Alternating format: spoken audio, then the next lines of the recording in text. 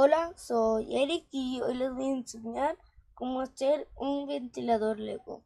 Pues vamos a comenzar. Esto lo que voy a hacer es muy fácil. Primero lo que van a ocupar es esta pista de 4x4 plana. Es lo que van a poner de estas 4 planas, así gruesas. No sé, una torre de 4 así. Y así. La van a ensamblar. Dejando cuatro espacios y bueno, un espacio.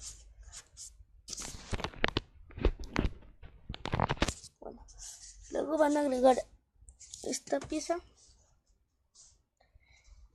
aquí, así, diferente del espacio de 4. Luego esto es funcionado. Esta pieza que es como más para hacer helicópteros, van a poner esta pieza de 3 aquí así. Y luego ahí está.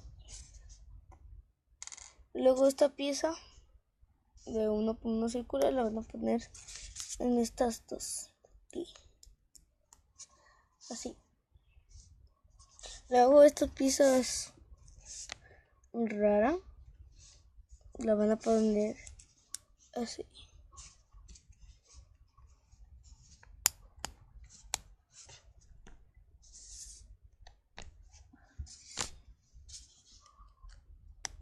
Así. Y aquí, en esta parte de aquí, le van a poner estas dos circulares, así. Y esto va a quedar así. Y luego, bueno, esto ya quedó muy claro, lo van a unir así. Ventilador, se cayó. Ventilador.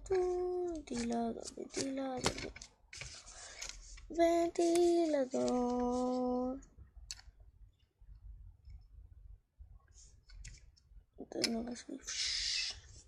Bueno, si les gustó, por favor, pulgar arriba, suscríbanse al canal. No, fallas técnicas.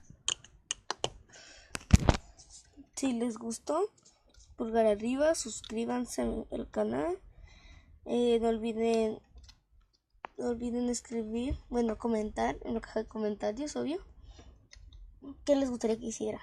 Bueno, espero que les guste. Suscríbanse y pasen un buen día. Bueno, hasta la próxima.